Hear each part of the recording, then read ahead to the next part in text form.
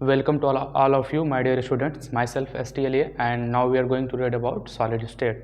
Let's start. तो general आप लोग क्लास 11th में पढ़ चुके हो कि स्टेट ऑफ मैटर क्या होता है. आप जानते हो स्टेट ऑफ मैटर के बारे में. State of matter generally 3 types के होते हैं, लेकिन अगर main fundamental states of matter की बात करें जिन्हें हम जनरली अपने डेली लाइफ में देख सकते हैं, जो उपलब्ध हैं कह सकते हो आप नेचर में, वो है 4. ठीक है, 4 कौन कौन से हैं? पहला आपको पता है हमारा सॉलिड ही होता है. दूसरा हम जानते हैं हमारे पास क्या है, लिक्विड होता है. तीसरा हमको पता है, तीसरा हमारे पास क्या होता है, गैस. और फोर्थ हमारे पास क्या होता है, प्लाज्मा होता है. ये आप क्लास 11 में पढ़ चुके हो. थोड़ा सा मैं इसका इंट्रोडक्शन बताता हूँ, फिर हम लोग आगे बढ़ते हैं. आप जानते हो solid wave state of matter होते हैं जिनके अंदर इनके कंस्टिट्यूएंट पार्टिकल्स आपस में वेरी क्लोज्ड पैक होते हैं. If constituent particles are very closed then that type of solid is refers as solid. मतलब that type of matter is refers as solid. तो ये हमारा सॉलिड है. पार्टिकल बहुत पास पास होते हैं, ये जनरल आप जानते हो. पार्टिकल पास पास हैं तो इसका मतलब इसकी जो काइनेटिक एनर्जी है पार्टिकल्स की वो क्या है, लो है. इनके बीच अगर हम फोर्सेस की बात करें, यानी कि जो इनके बीच केमिकल फोर्सेस लगते होंगे वह क्या होते होंगे, हाई होते होंगे. ठीक, हाई होते हैं. लिक्विड क्या होता है, लिक्विड के अंदर आप जानते हो लिक्विड के जो कॉन्स्टिट्यूएंट पार्टिकल्स होते हैं उनके बीच थोड़ा सा डिस्टेंस होता है. ठीक है, अब इस डिस्टेंस की वजह से ही ये लिक्विड की तरह बिहेव कर पाते हैं. इनकी जो काइनेटिक एनर्जी होती है वह ज़्यादा होती है, लेकिन बहुत ज़्यादा नहीं होती है. यहाँ पे मैं लिख दे रहा हूँ नॉट वेरी हाई. ठीक है, बहुत ज़्यादा नहीं होती है. इनके बीच अगर हम फोर्सेस की बात करें, फोर्सेस इनके बीच भी स्ट्रॉन्ग होता है पर नॉट वेरी स्ट्रॉन्ग होता है, बहुत ज़्यादा स्ट्रॉन्ग नहीं होता है. बोल सकते हो एवरेज स्ट्रॉन्ग बोल सकते हो. अच्छा रुको, मैं यहाँ पे लिख दे रहा not very strong, not very strong. क्योंकि जो लिक्विड होते हैं उनके बीच के कंस्टिट्यूएंट पार्टिकल्स के बीच जो फोर्स ऑफ अट्रैक्शन लगता है वह इंटरमॉलिक्यूलर फोर्स ऑफ अट्रैक्शन हो वो बहुत ही वीक होता है. मतलब इतना वीक होता है कि उनके पार्टिकल को आपस में जोड़े हुए रखता है. बात समझ में आ रही है मैं क्या बोल रहा हूँ? मैं ये कह रहा कि यह जो लिक्विड है इनके फोर्स ऑफ अट्रैक्शन इनके पार्टिकल के बीच जो है वह बस इतना वीक होता है कि इनको बस बांध के रख पाता है. ठीक है, जिससे ये पार्टिकल एक दूसरे को छोड़ के हट नहीं पाते हैं. बहुत ज़्यादा टाइट नहीं होता है, बहुत ज़्यादा फोर्स ऑफ अट्रैक्शन हाई नहीं होता है. जैसे गैसेस की हम बात करें तो गैसेस में क्या होता है, पार्टिकल जो होते हैं उनके बीच का डिस्टेंस बहुत ही ज़्यादा होता है. ऐसे अगर इसके लिए देखा जाए इसकी जो काइनेटिक एनर्जी होगी वह होगी वेरी हाई, बहुत ज़्यादा हाई होगी. अगर हम इसके बीच फोर्स की बात करें, मतलब जो इंटरमॉलिक्यूलर फोर्स लगते हैं वो क्या लगते हैं, वेरी लो लगते हैं. अब ये जो प्लाज्मा है ये बना होता है आयंस का. आयंस का मतलब पॉजिटिव कैटायन या फिर निगेटिव एनायंस का बना होता है. ठीक है, अब जो प्लाज्मा है ये 4th स्टेट ऑफ मैटर है, बना होता है कैटायंस और एनायंस का. तो ये हम जानते हैं इतने स्टेट ऑफ मैटर के बारे में. और हमें यहाँ पे क्या पढ़ना है, यहाँ हमें पढ़ना है सॉलिड के बारे में. प्लाज्मा आपने अपने डेली लाइफ में देखा हुआ है. जब बारिश का मौसम होता है, आसमान में जब बिजली चमकती है, थंडरिंग होती है, तो जो थंडरिंग आपको दिखाई देती है वही प्लाज्मा है. ठीक है, अब हम आगे बढ़ते हैं अपने सॉलिड स्टेट पर. ठीक है, जनरली आप इतना तो पता होना चाहिए आपको. ठीक है, इसलिए मैंने इसको किया. अब हम लोग आगे बढ़ते हैं. सॉलिड स्टेट में हम सबसे पहले हम बात करेंगे व्हाट इज सॉलिड. सॉलिड क्या होता है. ठीक, सबसे पहला हम बात किसके बारे में कर लेते हैं, सॉलिड के बारे में. सॉलिड क्या होता है. ठीक है, तो सॉलिड के बारे में अभी मैंने बताया कि सॉलिड के जो पार्टिकल हैं वो बहुत पास पास पैक होते हैं, काइनेटिक एनर्जी लो होती है और उनके जो फोर्स ऑफ अट्रैक्शन का स्ट्रेंथ है वो क्या होता है, बहुत ही ज़्यादा मजबूत होता है. ठीक, तो अब देखो सॉलिड को हम पहचानेंगे इनके कैरेक्टरिस्टिक से. किससे, कैरेक्टरिस्टिक से. तो यहाँ पे मैं हेडिंग बना दे रहा हूँ characteristic of solid.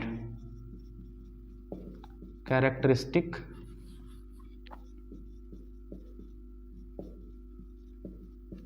Characteristic of solid. Characteristic of solid में पहला पॉइंट आप नोट करोगे the mass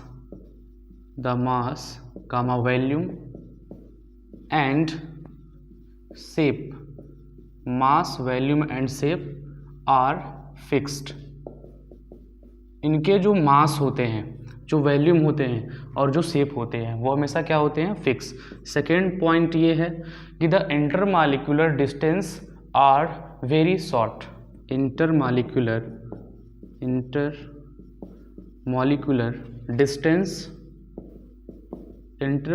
distance are very short, मतलब अभी नहीं देखा था हमने, पार्टिकल के बीच का जो गैप है वो बहुत कम है, पार्टिकल जो थे अब इसे आपस में क्लोज पैक थे, तो इनके बीच जो इंटरमॉलिक्यूलर डिस्टेंस है वो क्या है, बहुत ही कम है। थर्ड पॉइंट जो है, intermolecular force are high. Intermolecular forces are high, इनके बीच जो इंटरमॉलिक्यूलर फोर्स होता है वो क्या होता है, हाई। फोर जो है, the constituent particles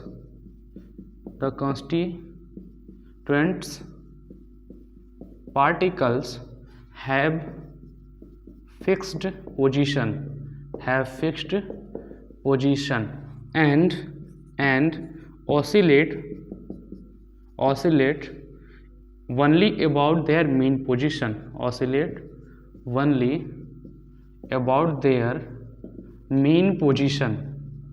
their mean position, ठीक। और जो लास्ट पॉइंट हम लोग का है वह है they are incompressible and rigid. These are, या फिर बोल सकते हैं दे आर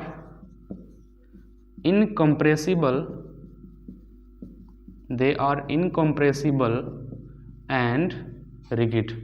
तो ये जितने पॉइंट्स हैं यह हमें किसी भी सॉलिड के कैरेक्टरिस्टिक को बताते हैं। पहला जो पॉइंट है वो क्या है, the mass volume and shape are fix. किसी भी सॉलिड का मास वॉल्यूम और शेप क्या होता है, फिक्स होता है, ठीक है। दूसरा, intermolecular distance are very short. जैसे अभी हमने देखा था कि जो मेरे पास सॉलिड थे, सॉलिड के जो कॉन्स्टिट्यूएंट पार्टिकल्स होते हैं वह आपस में वेरी क्लोज होते हैं, मतलब उनका जो पैकिंग होता है वो बहुत ही क्लोज होता है। इतने क्लोज पैकिंग की वजह से ही उनके बीच जो मॉलिक्यूल का इंटरमॉलिक्यूलर डिस्टेंस है वो बहुत ही कम होता है। अब जैसे कि यहाँ पे मैंने एक सॉलिड का अरेंजमेंट बनाया पार्टिकल का, तो आप देखो यहाँ से अगर इस पार्टिकल से इस पार्टिकल, यानी इन दोनों के बीच का अगर डिस्टेंस देखें तो यहाँ पे इन दोनों के बीच का डिस्टेंस ये पार्टिकल है, लेकिन अगर इसके और इसके बीच का डिस्टेंस देखो आपस में ये सटा हुआ है, आपस में क्या है, ऐसे कांटेक्ट में है, ठीक है, डायरेक्ट कांटेक्ट में है, तो उनके बीच जो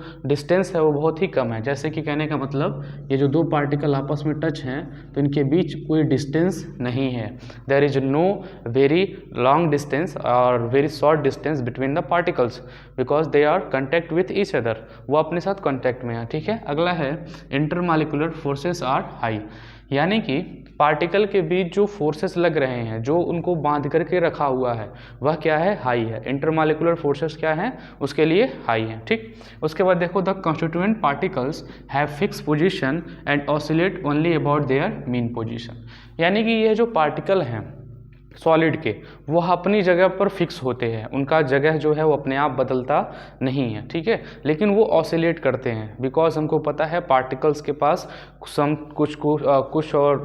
हो सकती है काइनेटिक एनर्जी होती है, बहुत कम काइनेटिक एनर्जी होती है, तो बहुत कम काइनेटिक एनर्जी की वजह से, ठीक है, वो वाइब्रेट तो करते हैं, ऑसिलेट तो करते हैं, लेकिन सिर्फ अपने पोजीशन पर वाइब्रेट कर सकते हैं क्योंकि वो काफ़ी क्लोज पैक होते हैं। जैसे कि सपोज कर लेते हैं हम कि मान लो आप ये मेरे पास एक स्पेस है और यहाँ पे दो पार्टिकल्स हैं, तो इसको ऑसिलेट करने के लिए ये पूरा जगह है, सपोज करो यहाँ तक, ये यहाँ तक ऑसिलेट कर सकता है, ये भी ऑसिलेट कर सकता है, लेकिन अगर ये दोनों आपस में कांटेक्ट में हो तो ये ऑसिलेट तो करेंगे लेकिन अपने पोजीशन पर ही ऑसिलेट करेंगे क्योंकि उन्हें ऑसिलेट करने के दौरान कहीं जाने के लिए जगह तो है नहीं, तो सिर्फ अपने मीन पोजीशन पर ही ऑसिलेट करेंगे। ये पॉइंट हमारे लिए बहुत इंपॉर्टेंट है और ये किसकी वजह से पॉसिबल है, तो यह पॉसिबल है काइनेटिक एनर्जी की वजह से, क्योंकि काइनेटिक एनर्जी जो सॉलिड का होता है वो बहुत ही कम होता है। लास्ट पॉइंट है they are incompressible and rigid, they are incompressible and rigid, यानी सॉलिड जो होते हैं इनकम्प्रेसिबल होते हैं और रिगिड होते हैं, उन्हें दबाया नहीं जा सकता है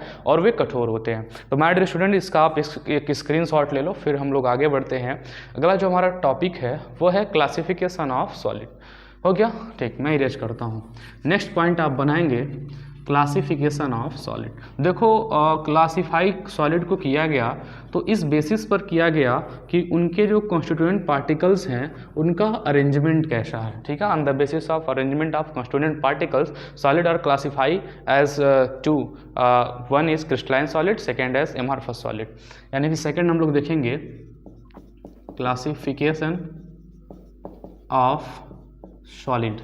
तो क्लासिफिकेशन ऑफ सॉलिड कितने टाइप्स के किया गया, मैंने बताया 2 टाइप्स के। कौन कौन? Crystalline solid and second we have amorphous solid. Second जो है,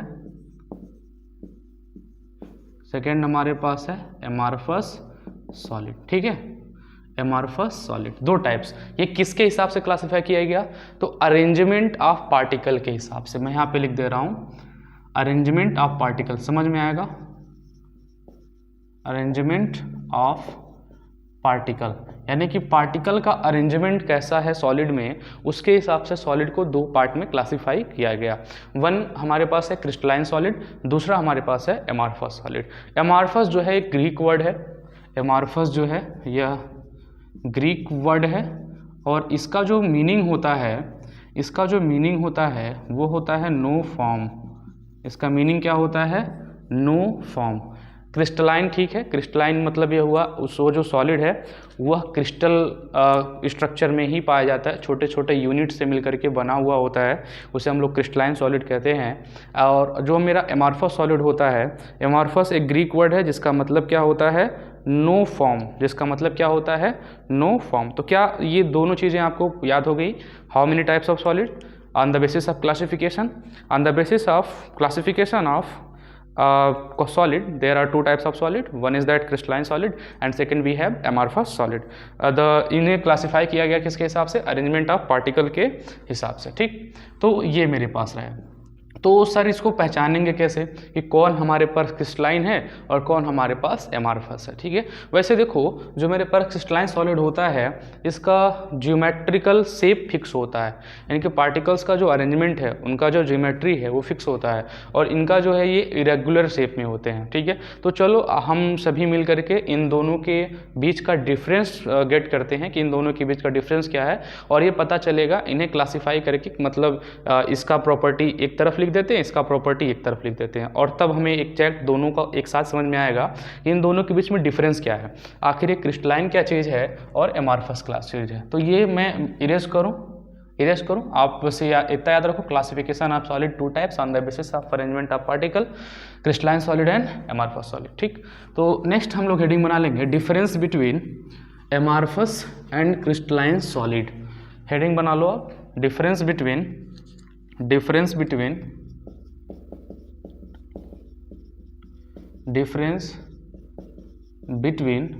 क्रिस्टलाइन एंड एमॉर्फस सॉलिड,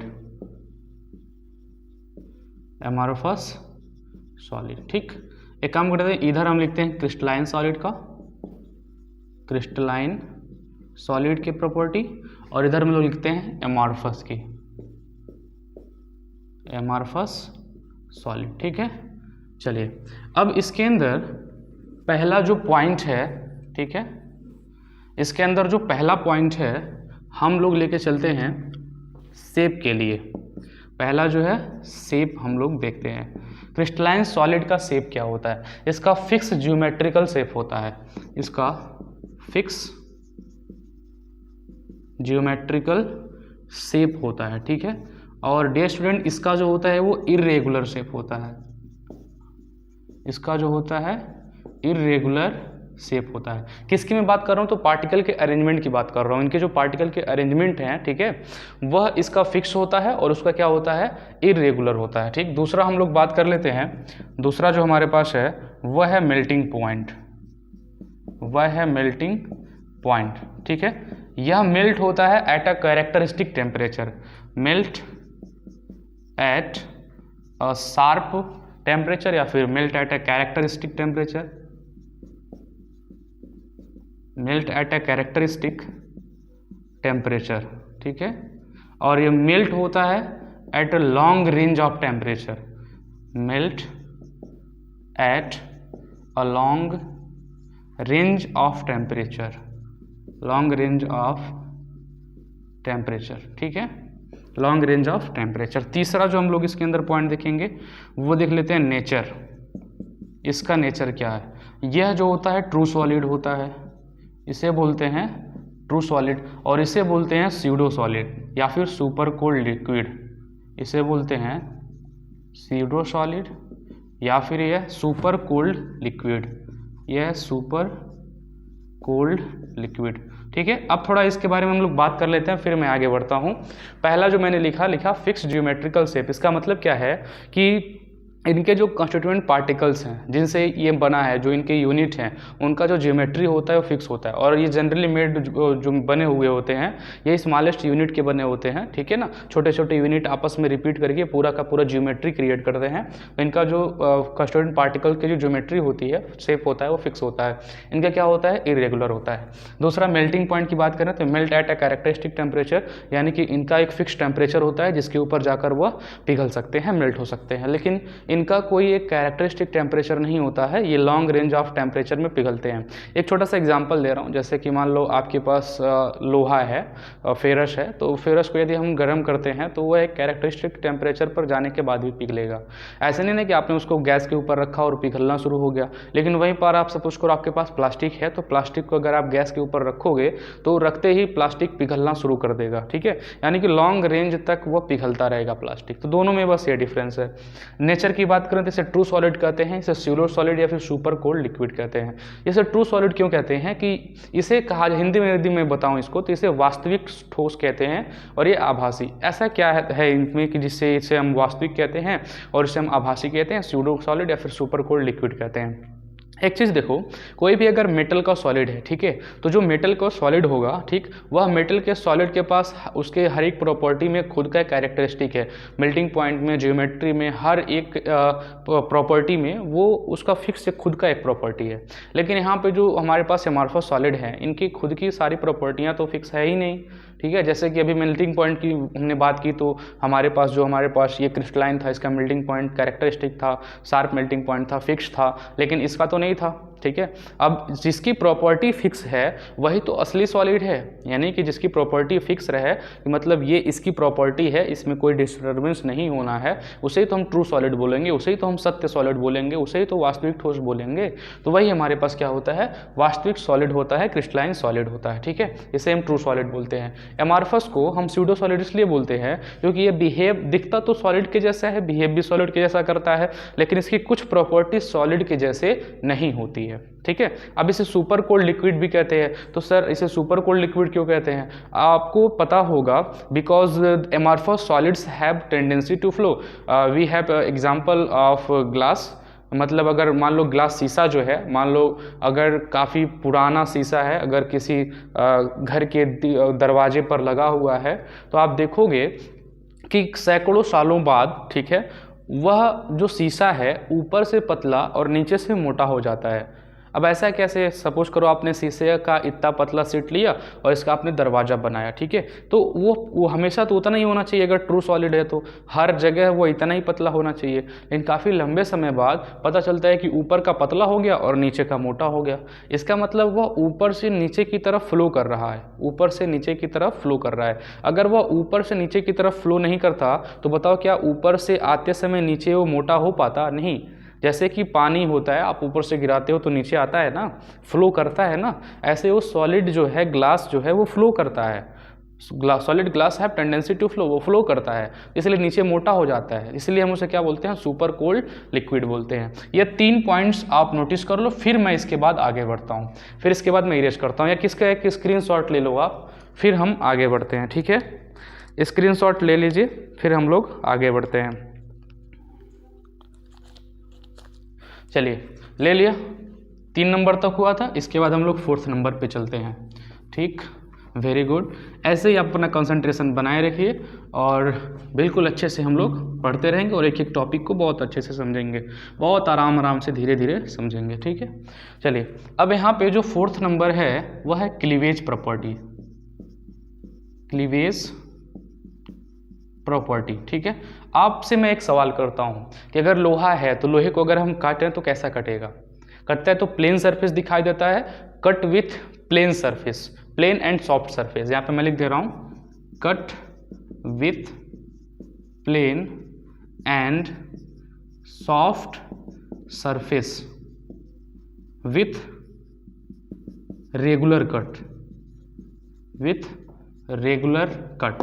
ये बात समझना, मैं क्लीवेज प्रॉपर्टी की बात कर रहा हूँ। अगर क्रिस्टलाइन सॉलिड है, जैसे कि हमारे पास कोई भी मेटल हो गया, तो मेटल को अगर हम कट करते हैं तो वो एक चमकते हुए परत के रूप में ही कटता है। जैसे कि अगर सपोज करो मेटल है, बीच में से कट कर रहे हैं, तो जो कटा हुआ पार्ट होगा वह चमकता है। जैसे कि आपने देखा होगा घर बनाने में जो सरिया यूज होता है, उस सरिये को अगर हम काटते हैं तो काटने के बाद देखते हैं कि वह एकदम प्लेन सरफेस के रूप में कटता है। ठीक है, चाहे आपके पास कोई भी मेटल शीट हो, अगर आप उसे ऐसे ऐसे लेके अगर तोड़ रहे हो तो फिर भी तोड़ने के बाद जो सरफेस होगा उसका वो काफ़ी प्लेन होगा और सॉफ्ट होगा। तो ये कट होता है विथ रेगुलर कट एंड बोल सकते हो आपकी plane surface and soft surface में कटता है। लेकिन वहीं पर अगर हम बात करें इसके लिए तो यह इरेगुलर शेप में कटता है, cut with irregular shape, irregular shape. अब इसका मतलब क्या हुआ?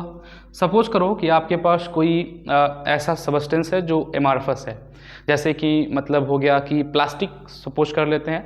प्लास्टिक को अगर हम तोड़े माय डियर स्टूडेंट, तो प्लास्टिक को तोड़ते समय प्लास्टिक टूटेगा तो सही है, लेकिन वह जो उसका शेप होगा टूटने का वह इरेगुलर होगा, टेढ़ा मेढ़ा टूट जाएगा। अब शीशे को लेकर हम कट कर रहे हैं, अगर मान लो शीशे को अगर मैं तोड़ने का प्रयास करूँ तो शीशा टूटेगा भी, तो बहुत ही खराब एज बनाएगा। मतलब जनरली ऐसे कह सकते हो कि सपोज करो कि अगर मेरे पास यहाँ पे कोई क्रिस्टलाइन सॉलिड है, ऐसे मैं कट कर रहा हूँ, तो ये जो कटा हुआ जो पार्ट होगा, ठीक है, यह कटा हुआ जो पार्ट होगा, इसका ये जो सरफेस होगा वह क्या होगा?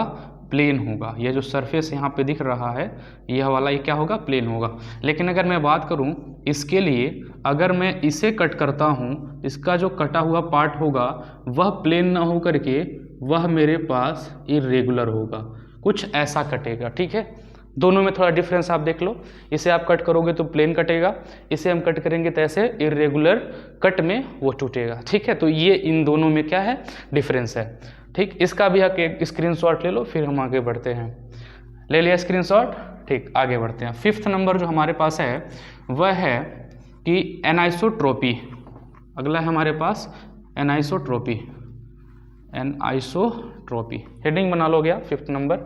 5th नंबर जो है एनाइसोट्रोपी। ठीक है, अब यह जो होता है एनाइसोट्रोपी होता है और यह आइसोट्रोपिक होता है। यह जो होता है एनाइसोट्रोपिक इन नेचर होता है, ठीक है, और यह जो होता है आइसोट्रोपिक इन नेचर होता है। यह होता है आइसोट्रोपिक इन नेचर। क्या आपने इससे पहले इस वर्ड को सुना है? आइसोट्रोपिक एंड एनाइसोट्रोपिक क्या होता है?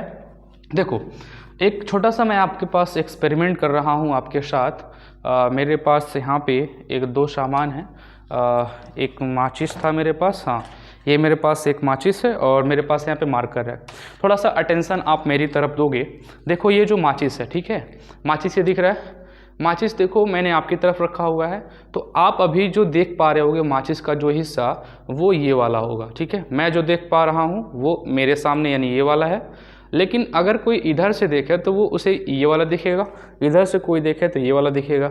मतलब माचिस वही है, अगर अलग अलग डायरेक्शन से इसे हम ऑब्जर्व कर रहे हैं तो यह अलग अलग दिखाई दे रहा है। ठीक है, ऐसी प्रॉपर्टी को हम क्या बोलते हैं? एनाइसोट्रोपी बोलते हैं। कोई सबस्टेंस है, अगर आप उसे अलग अलग डायरेक्शन से देख रहे हो और वह अलग अलग लग रहा है तो उसे एनाइसोट्रोपी बोलेंगे। यह रिफर करता है उनकी कुछ फिजिकल प्रॉपर्टी पर, यह कुछ फिजिकल प्रॉपर्टी के ऊपर डिपेंड करता है। यह कुछ फिजिकल प्रॉपर्टी के ऊपर क्या करता है?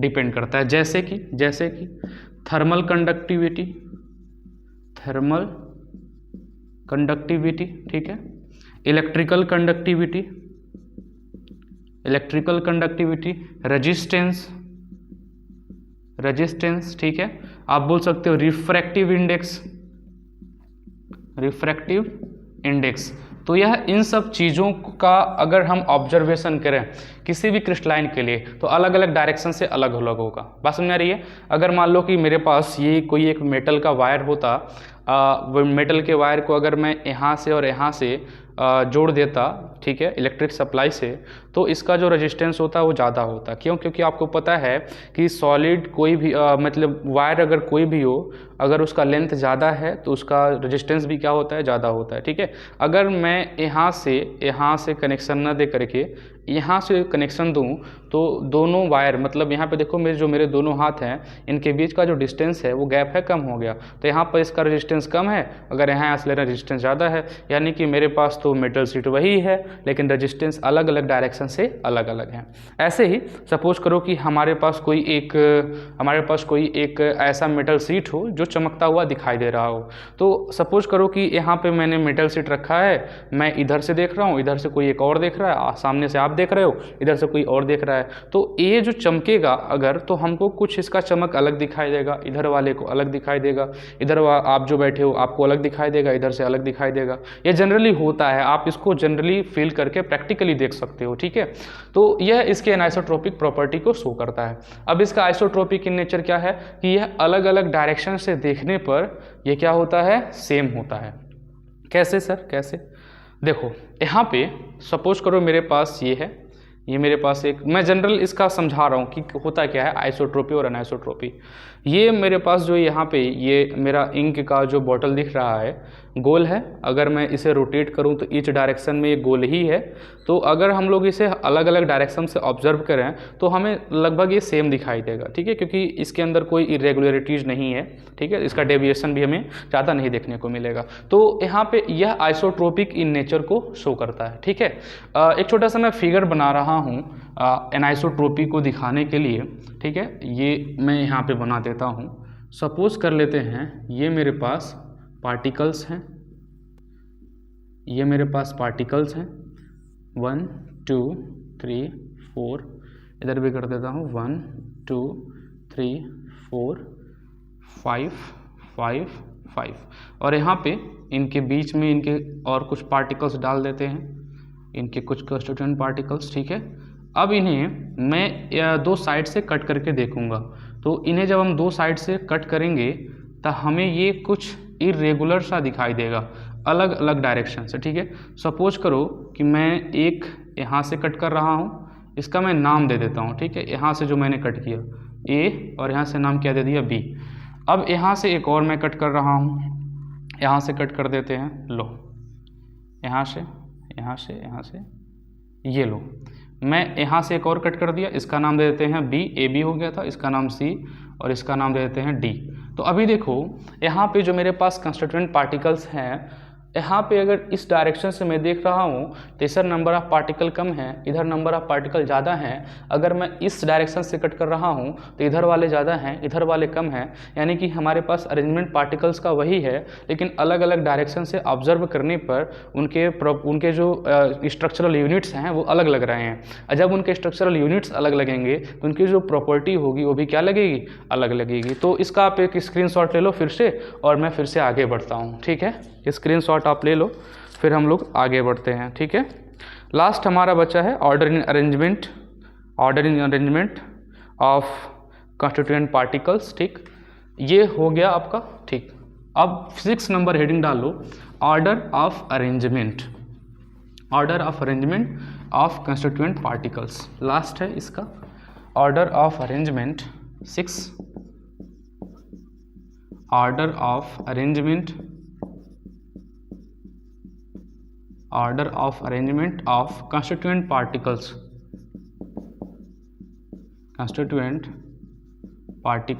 ठीक है, order of arrangement of constituent particles. ठीक, अब देखो यहाँ पे, ठीक, यहाँ पे अगर हम जनरली बात करें तो यहाँ पे जो क्रिस्टलाइन होता है, ठीक है, क्रिस्टलाइन के लिए यह जो होता है लॉन्ग रेंज ऑर्डर शो करता है, लॉन्ग रेंज ऑर्डर। ठीक है, और यह जो शो करता है यह शॉर्ट रेंज ऑर्डर शो करता है, शॉर्ट रेंज ऑर्डर। ठीक है। ये लॉन्ग रेंज ऑर्डर शो करता है, ये कैसे शो करता है, शॉर्ट रेंज ऑर्डर शो करता है। कहोगे सर ये लॉन्ग रेंज ऑर्डर क्या होता है, ये शॉर्ट रेंज ऑर्डर क्या होता है। तो चलिए एक एग्जांपल लेते हैं क्वार्टज क्रिस्टल का। एक एग्जांपल लेते हैं क्वार्टज क्रिस्टल का। तो क्वार्टज क्रिस्टल यहाँ पे क्रिस्टलाइन ले लेते हैं और यहाँ पे एमार्फस ले लेते हैं। यहाँ पे भी एग्जांपल में क्वार्टज ही लेंगे और ये से लेंगे एमार्फस।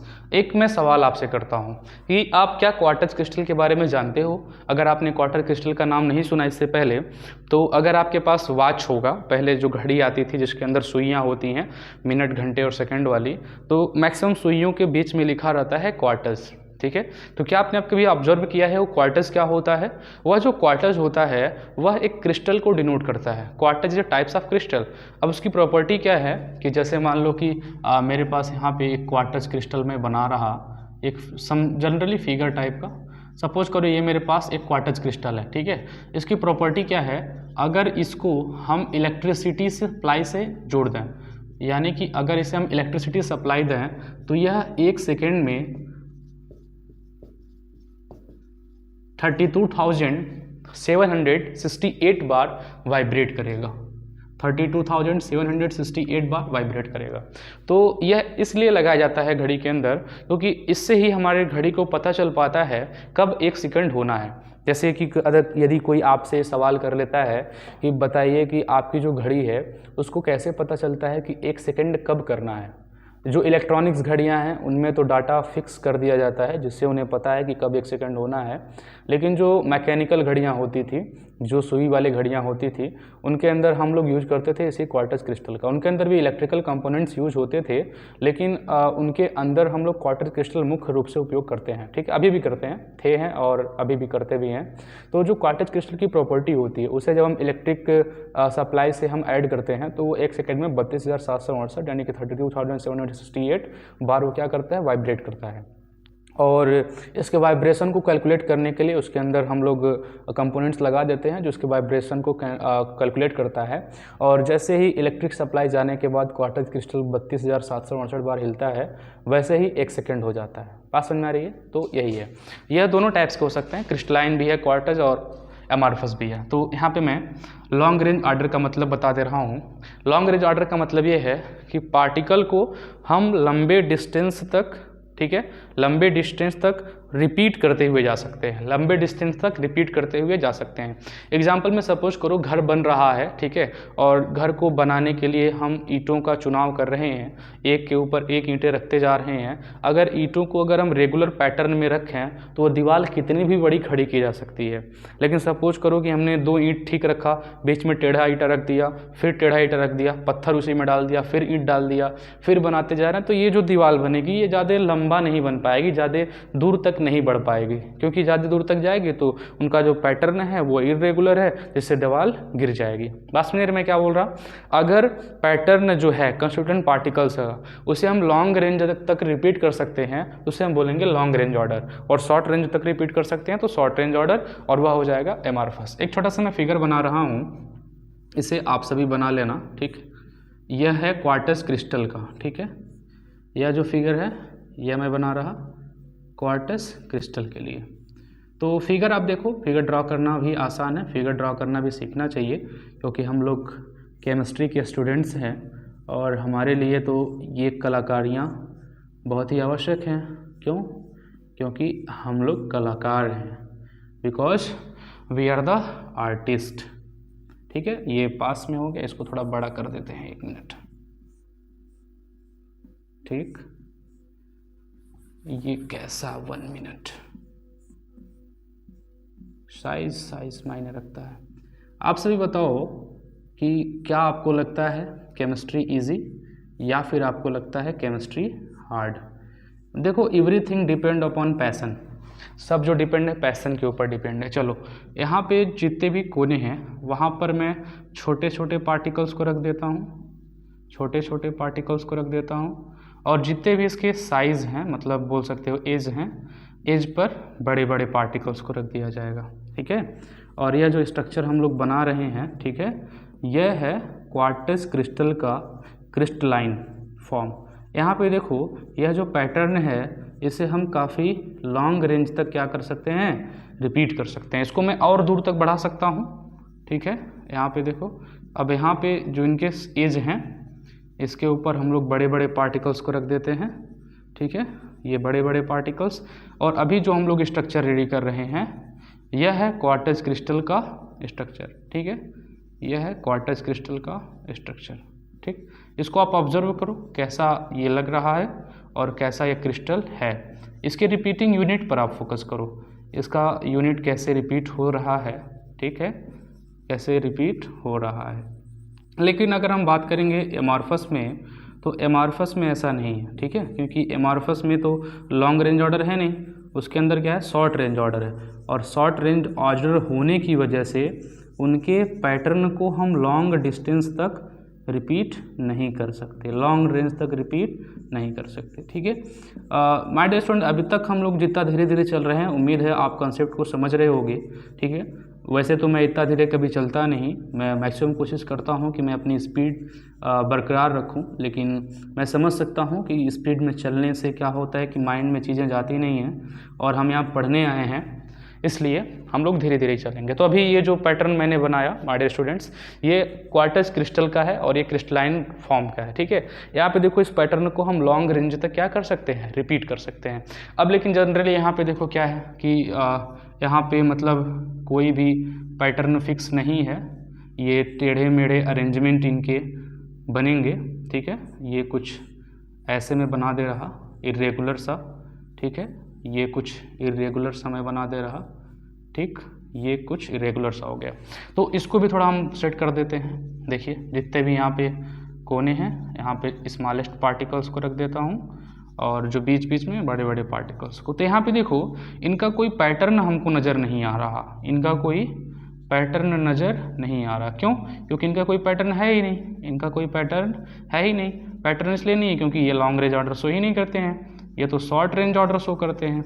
और जब ये शॉर्ट रेंज ऑर्डर शो करेगा तो इसका कोई रिपीटिंग पैटर्न नहीं होगा, इसका कोई रिपीटिंग पैटर्न नहीं होगा। और जब इसका कोई रिपीटिंग पैटर्न नहीं होगा तो ये क्या कहलाएगा, ये कहलाएगा एमॉर्फस सॉलिड, ये कहलाएगा एमॉर्फस सॉलिड। तो उम्मीद है आप लोगों ने दोनों फिगर से देख करके बहुत अच्छे से समझ लिया होगा ये क्या हैं और इनका अरेंजमेंट कैसे बन सकता है, ठीक है। Okay done. तो ये हम लोगों का फिगर रेडी है। यहाँ पे देखो कोई भी मतलब देखने पे तो लग ही नहीं रहा होगा कि कोई इनका अरेंजमेंट है भी कि नहीं है।